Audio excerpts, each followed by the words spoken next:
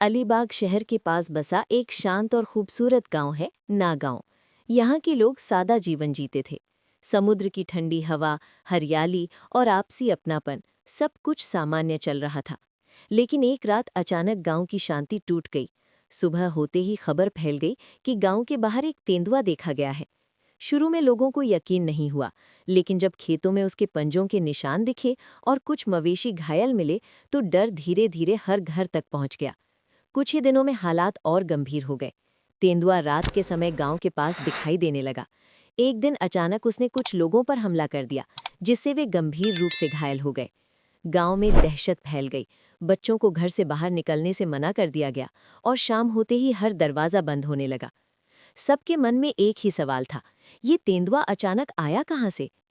स्थिति बिगड़ती देख प्रशासन ने तुरंत पिंपरी चिंचवड़ से विशेष वन विभाग की टीम को बुलाया। अनुभवी अधिकारी, सुरक्षा उपकरण और पिंजरे लेकर टीम गांव पहुंची। गांव वालों को उम्मीद जगी कि अब सब ठीक हो जाएगा। लेकिन तेंदुआ बेहद चालाक था। एक रात जब वन विभाग की टीम जंगल के पास निगरानी कर रही थी, तभी तेंदुए ने अचानक हमला कर दिया।